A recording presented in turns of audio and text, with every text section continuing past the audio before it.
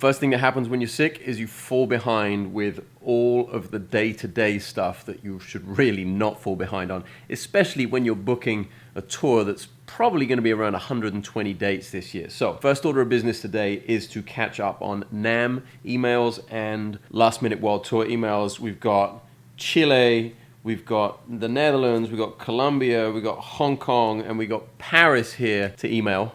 Great connections that I made at NAMM, really hoping to turn some of these into clinics and concerts around the world. Fingers crossed, eyes down, it's email time.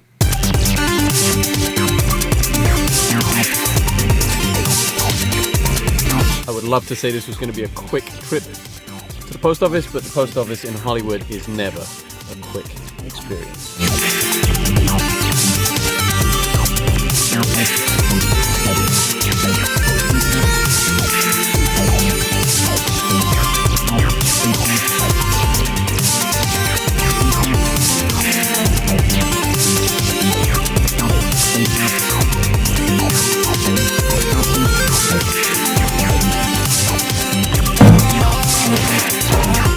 Unexpected rapid success at the post office. Now it's time to go base shopping. That's always fun.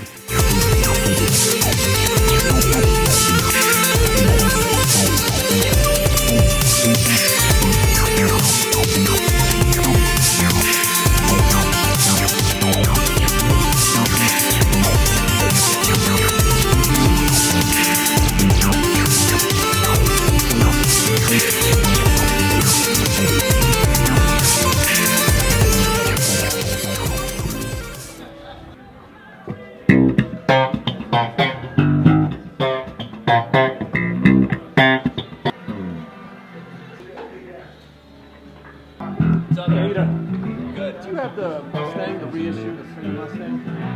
The base? Yeah. Did I walk right by it? Unbelievable. Great. We just put it out of the box today. And in the color I want. Perfect. I will take it. Cool, let's do it. Do you need a case for it or something? Does it come with one? Does not. Probably doesn't, right? No, I don't. Cool, let's do it, man. Beautiful. Thank you very much. Have a good day. Enjoy. Back. Oh, the back? Yeah. All right, thank you very much. Got to admit, that was a little scary how fast that happened. I think I was in and out in under 5 minutes, bass in hand. And it might even have been less time had I not walked right by the bass, sitting on the stand as soon as I walked in the door.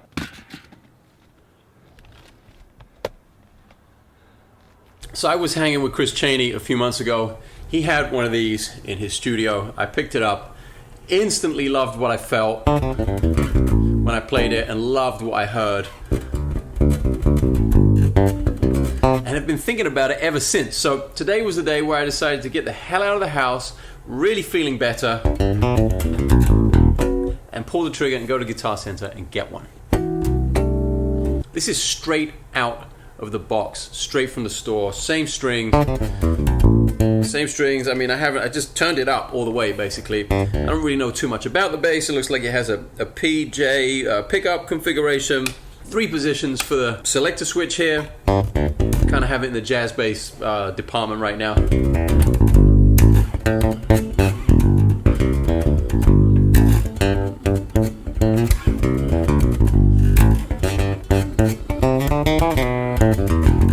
Woo! And it just feels good.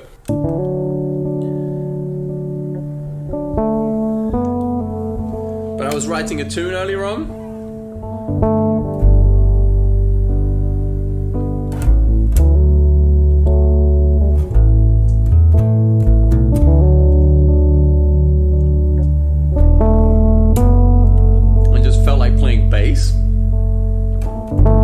So I put the melody from the Federa in the looper.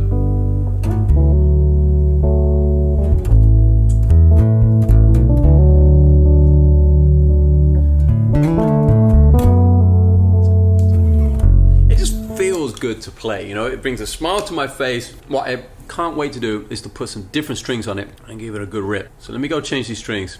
I'll be right back.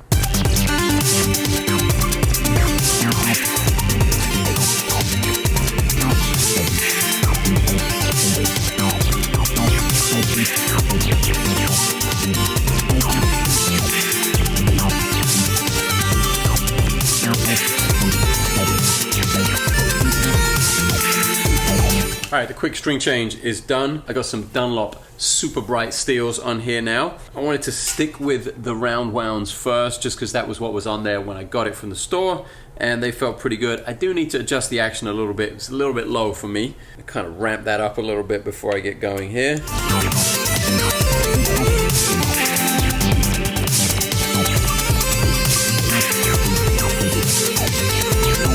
So the first thing for me is like finding something personal with the instrument, you know, like is there a composition, is there a feeling that goes with it?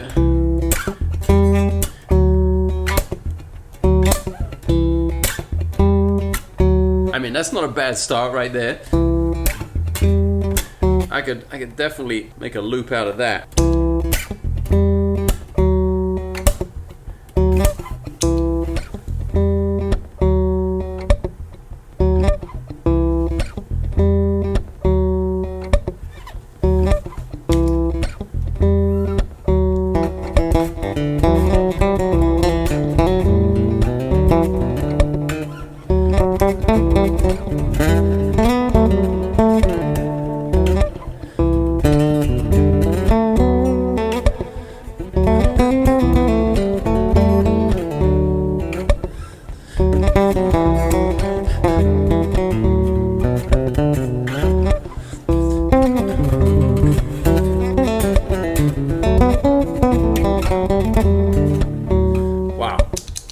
Even that doesn't feel that weird, you know. I mean, obviously it's 4-string, it's a way shorter scale, it's less frets, all kinds of different parameters that I'm dealing with.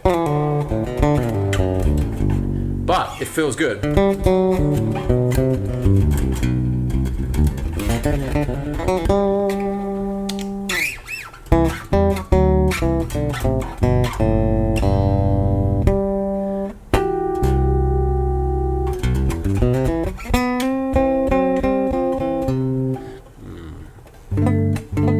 Figuring out where all the chords are and my voicings and how the intonation is going to work, if it's going to work. The neck is pretty narrow,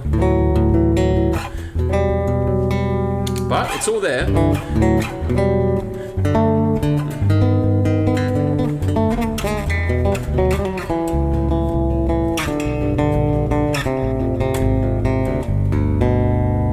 Very, very nice.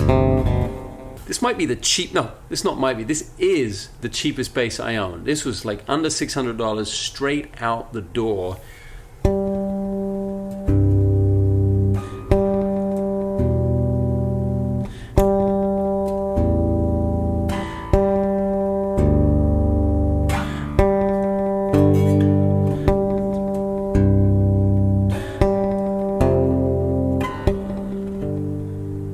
Sounds good. This was not a gift from Fender. I purchased this bass today. This is by no means a paid promotion for Fender Mustang basses.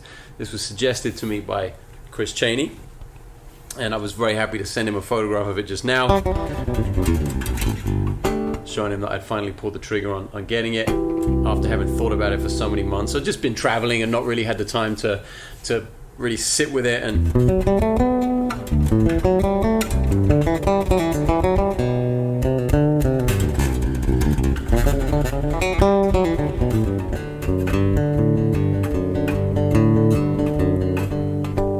feels nice though.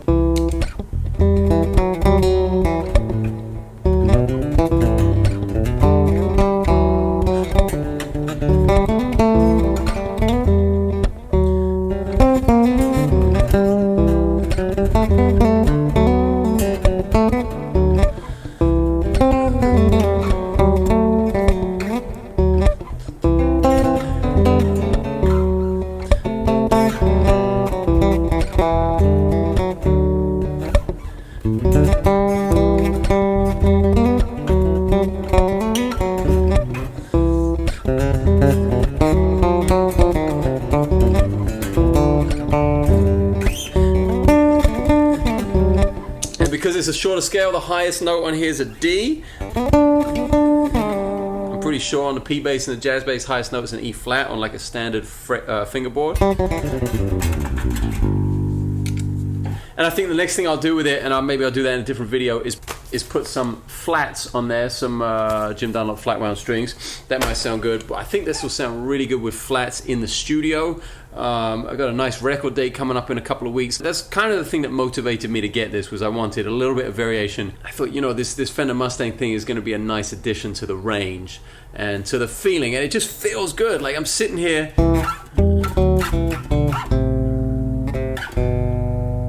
kind of feeling like I have a lot to explore. That's always nice. It's it's the worst thing to pick up an instrument and be like, oh yeah, kind of, I already know this, and for it to be, oh yeah, but okay, what do I do? Why am I doing this? It feels like there are a ton of things to explore and to find with it, which for a cheap Mexican-made Fender short scale bass is, that's huge.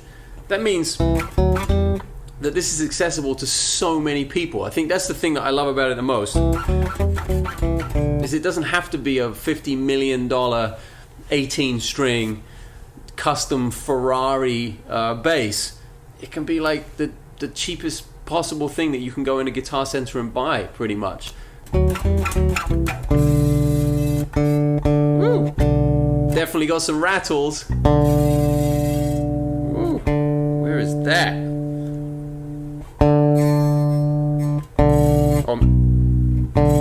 No, it's definitely the G string there. So there's a little rattle on the G string. Gonna have to bring the action up just a touch.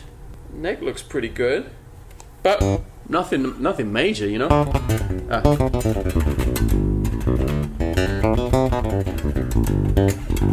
And it's just punchy. It really feels punchy. Let's put it in more like the P bass. Woo! In the P. Yeah. Now I immediately think of playing Bob's music, like some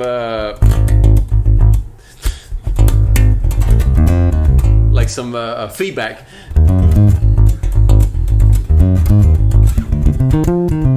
Wow, that is so punchy up there.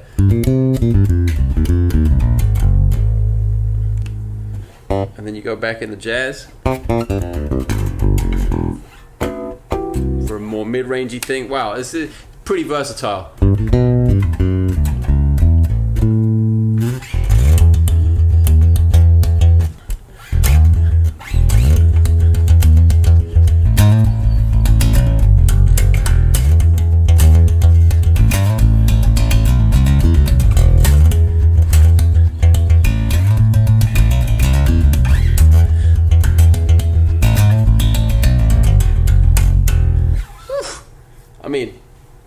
I'm not that rock and roll guy particularly, but it does motivate me to play eighth notes and to play just simple and big. I wish I could crank it up in the apartment and really give it the beans, put it through a distortion pedal maybe, use the clean boost on it, and I bet it tracks great with the octave pedal. I wonder how this feels. Ooh, that does feel good.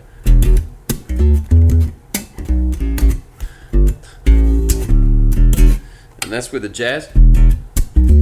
Way better with the P pickups. And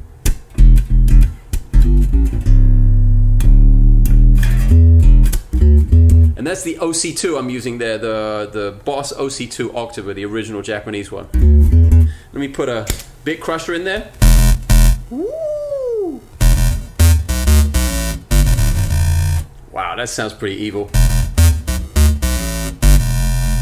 And I would imagine it even works with the Baby Elephant sound. Yes.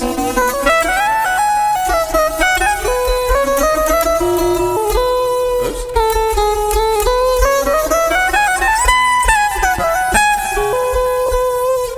Yes, it does. And the meat box.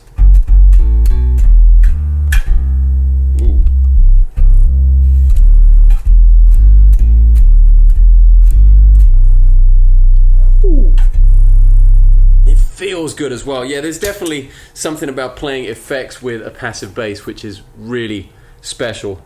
And I think it just doesn't explode into the pedals as much and keeps it kind of consistent. I got to talk to John Davis about that a little bit more. He knows way more about it than I do. Maybe I'll get him on camera talking about that. He'll be way more technically eloquent with that stuff. He'll be able to explain why it feels so good. I can just tell you whether it does or it doesn't, but he'll be able to tell you why. And I think it helped that this morning I was watching old Michel Ndegeocello videos on YouTube with Jojo Mayer and Daniel Sadownik and Fusinski and Fred Pena and all those guys, and just that sound, you know, Michel playing with the jazz bass and Yossi Fine playing with the old Mexican jazz bass as well, the black and white one.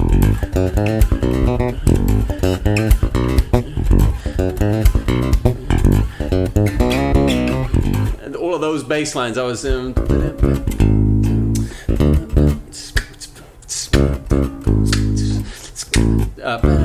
however that bass line goes, Digging You Like an Old Soul Record. That's the name of that tune. I love that period of Michel Ndegeocello. So burning. The band was burning live as well. Great hearing Jojo like playing that kind of music and being so in the pocket and loose. And go watch those videos. I'll link to a couple of them below this video in the description of this video. They're so much fun to watch. And the kind of mid-90s Michel Ndegeocello live, like Plantation Lullabies and those records from like the mid-90s. Super cool. And that, I think that really contributed to me being motivated to get out there and, you know, go straight from the post office to Guitar Center and pick this puppy up.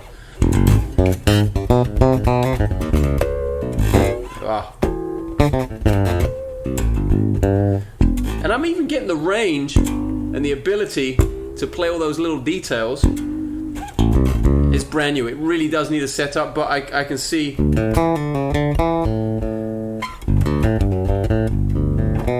I can really see the potential for it being a beautiful bass. I don't know, maybe I'll experiment, throw some Aguilar pickups in there, maybe change the nut, I'm not sure. The bridge, I mean, there are a bunch of things I could do to it, some customizations. We'll see what happens. I'll take it one day at a time, but for now, what a fun bass to own. Very, very happy. I'm getting better. I don't feel so sick anymore. New bass in the mix. A nice record date coming up in a couple of weeks, which I will, of course, be taking the camera along with. And we're on the upward trajectory now. This is very nice. Nothing like a new bass to help you feel better, right?